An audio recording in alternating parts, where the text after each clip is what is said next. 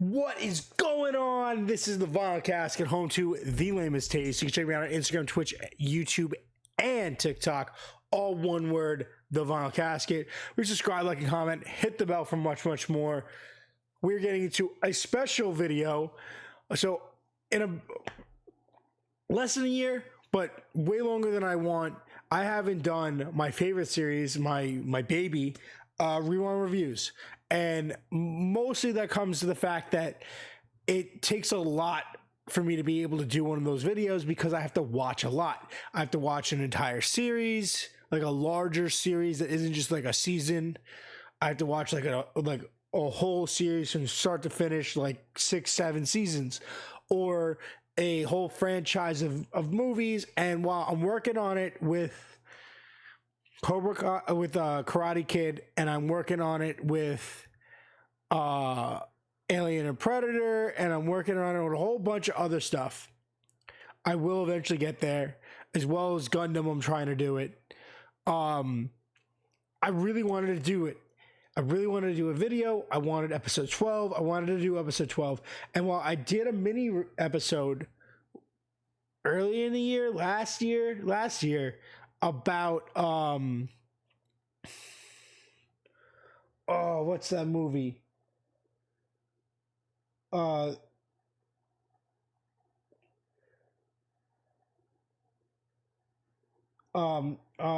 Day After Tomorrow, and I really enjoyed doing it on an old movie that I wouldn't review because it's not close to, like, I want to review. There's 3 movies I just watched, and I want to do reviews on them, but they're not current movies where, like, they wouldn't fit the style of the casket review.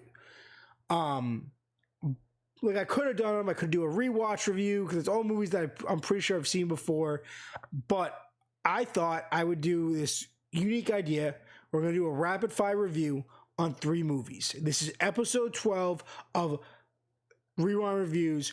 We rewind on 3 different movies in 3 completely different genres of film, and we're going to rapid fire. This is a 3-peat special. We're doing it.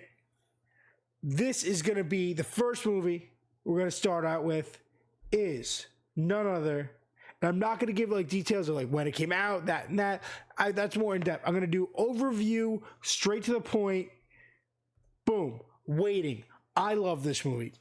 Wife had never seen it. Didn't know what I was talking about. I make references to this movie all the time. I love this movie. This is like before Justin Long became weird to me. Like, I love Justin Long, but like now when I see Justin Long pop up in a movie, I'm scared what direction that movie's gonna go.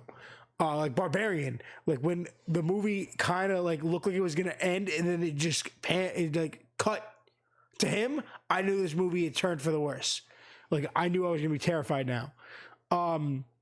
Love this movie. I feel like Ryan Reynolds here, it's just before he's really hit his prime.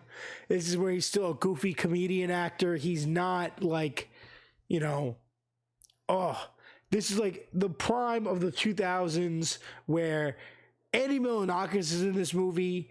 You got so many great actors and actresses like before they've like hit that moment.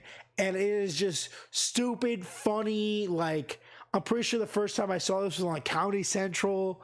Like, such a good movie. It's such a fun movie that would never make it in this day and age. Would never see the light of day if it was to be written now. Waiting, I'm giving this a 4.9. I think that this is a hidden gem. I think this is a comedy gold. I think this is a movie that, like, if you like Clerks, if you like, Scrubs and stuff like that, like, this is that, stuck in this, is the relatable humor for anyone that's ever worked, like, a local small town, like, retail environment, a grocery store, a gas station, a restaurant. Like, it's so relatable, and the humor and the jokes, and this is just so good. Still waiting. Eventually I'll watch it. Maybe. Who knows? I've seen it. But this is just like, I just wanted to do waiting. Like, I just wanted to watch it. 4.8 4.9? 4.9. Wow, I was really feeling this movie. Okay, second movie. Oh, that's not it. I gotta go down. Is Ice Princess. Sick, forgotten Disney movie. Holy cannoli. My wife was talking about this. Unfortunately, the main actress here passed away recently, and all my wife wanted to do was watch this movie. And I was like, really? This movie? And we put it on, and wow, this is top tier. This movie's great. This was such a good movie. You could have easily argued, like, if it was made today, it wouldn't have needed to be a Disney movie. This could have just been anything. Like, this is like ABC Family at their prime. Like, this is definitely running on there on repeat. Like, this is when Disney was putting out like Disney movies that were just banger movies. Like, did not need established Disney stars, did not need to rely on a franchise, did not need to be campy or corny. They were just putting out good movies and throwing their name on it. Solid. The acting, the story, the pacing, incredible. The way this was filmed with those ice scenes, peak. I believe this is like 2005. This movie is so good. This is like literally so good, to the point where my rating here is a 5 out of 5. I highly suggest that you go back, and if you haven't, or if you have, watch Ice Princess. This is a slept on gem. Completely forgotten. The fact that nobody talks about this movie, the fact that there was never a sequel, or like there could be a spiritual sequel. There could have been, like, where, like, you know, daughter, cousin, something. And you could still, I hope they never remake this, because I feel like that would take away from this. But there are so many possibilities to build on this, especially now with everyone looking at the actress.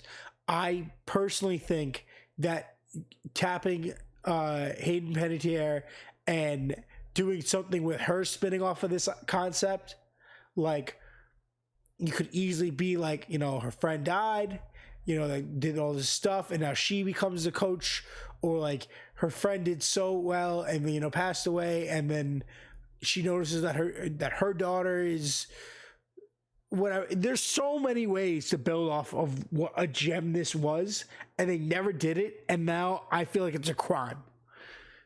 Perfect 5 out of 5 movie, right? Okay, so the last in this three-peat, this special episode, my last overview here, is Without Limits.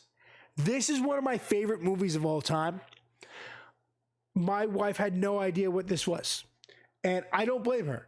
If you weren't a high school runner, I have no reason why you would have ever watched this movie, unless you were around when it came out. But if you're my age, if you're 30, why would you have watched this movie when it came out? You know, you wouldn't have watched it when it came out. You would have watched it later. What interest would you have in this movie, in Steve Prefontaine, if you did not run? This movie changed my athletic life, and probably is the only reason why I ran in college. This movie was super influential to me, and I was so pumped because I haven't watched it in so long. I was so pumped to watch this movie. I love this movie so much. I think, all right, let's start on a basic overview here. Technically speaking, this movie is filmed perfectly. This movie's edited perfectly. It blends like real footage, real news broadcasting, real imagery, real life events with incredible acting, incredible shot selection, incredible like, this is sports acting, right? You're capturing people running in a race, and they're acting, they're doing this multiple takes. The way this is filmed and edited, it is beyond believable. It is smooth. It is paced perfectly. It is the blend between real and and remade, the acting portion of this, the stuff that was done by the actors, blend into the real ideas, footage, and stuff like that, is so consistently good. The way they were able to on brand make this period piece, the way everything meshes, the way the actors, the casting here was incredible.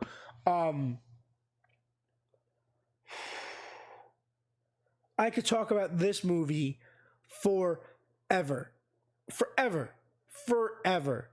And it's just so good. And I'm trying to think of his name that's in this movie that I did not realize. Matthew Lillard. I had zero idea. I've watched this movie at least 20 times, maybe more, probably 25 times. And I did not realize that he was in this movie. And while he does fade away eventually, towards the end of the college era, in the beginning of the movie, he's like a recurring person that's there a lot. My wife was like, "That's Matthew Lillard." I was like, "Oh my God." Also, the guy that plays the father in Twilight is like a main guy for a little bit, like a main actor that portrays someone important. And that was incredible. Who else did I realize? Oh, Amy Jo Johnson is in this movie. Like, never realized that the Pink Power Ranger was in this movie. I've watched this movie so many times, but I was so obsessed with just what it was and the story that it was that I never looked at this in the terms of film. Like, I never looked at this as with a reviewer mindset, with a film student mindset. I just enjoyed this movie so much that when I rewatched this time, I was able to dive in. I saw so many things, like actors I had no idea they were in this movie that were critical. Like the way that they blended everything, that was so well done. This movie, again, another 5 out of 5. A 5 out of 5. I just gave you a 4.9 and 2 5s.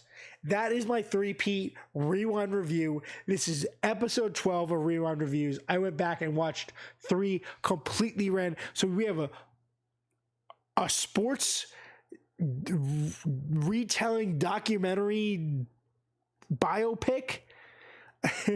We have a Disney original movie about ice skating, and a comedy about working in a small town restaurant. 4.955. Incredible random selection. The terrible trio here. Get in the comments. What are 3 recent movies that you've rewatched that you just love? Guys, watch these movies. Check them out. Give me your ratings in the comments.